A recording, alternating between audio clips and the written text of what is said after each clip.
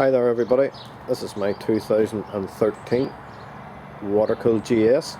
It was the first one brought into Northern Ireland.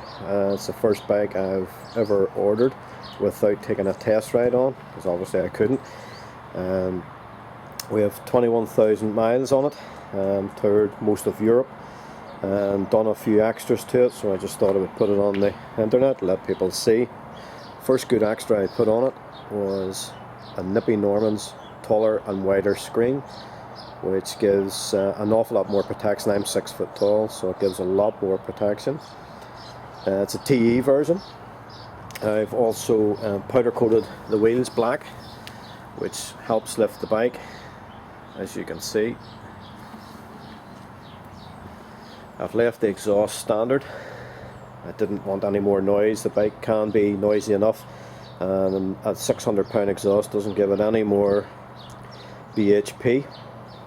The seat, I changed the seat as well, just to add a bit of colour to the back of the bike. It's the original seat, it's still the same original material, and I just got a local upholsterer to put the blue flash on it to try and match in with the rest of the blue paint. It doesn't match 100%, but it's very, very, very close. The other modification I have to it is the top box rack. It's an SW Motec rack. It's far, far better than the Givy one. The Givy one actually makes the rack come too close to the back of the seat, which then it's hard for the passenger to get on, and I do an awful lot of mileage too up, so it's a far, far better rack.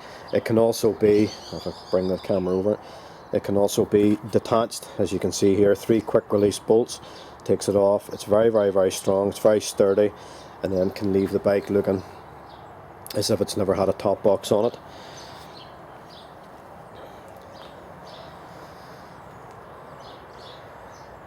Another modification that I made as well would be these little side panels from BMW themselves. They do help quite a bit with the muck and splashing on the back of your trousers, which is a very good point.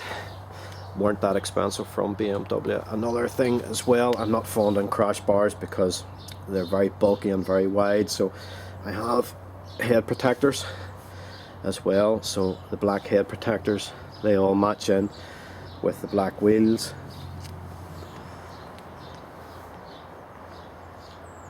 And as I say, I have it 21,000 miles on the bike and no bother whatsoever with the bike. It doesn't have a steering damper, it doesn't need it on this particular model. I know people have said that it does need it, but it doesn't need it in mine. Only problem I've had with the bike, I've had 3 of the brake cylinder. It was leaking through here under pressure from the brakes, but that has been cured and that has been solved now. Slightly sticking ignition, but it's working now, and straight off. I don't run the Garmin, I run TomTom. The reason I don't run Garmin is because when you run on Garmin with an autocom, you can't get the volume up, especially if you use any sort of earplug, and the volume is very, very low. So it is. So it's the TomTom doesn't have an MP3 player on it, so it's not restricted by the laws in Europe that said you can only have a certain audible height.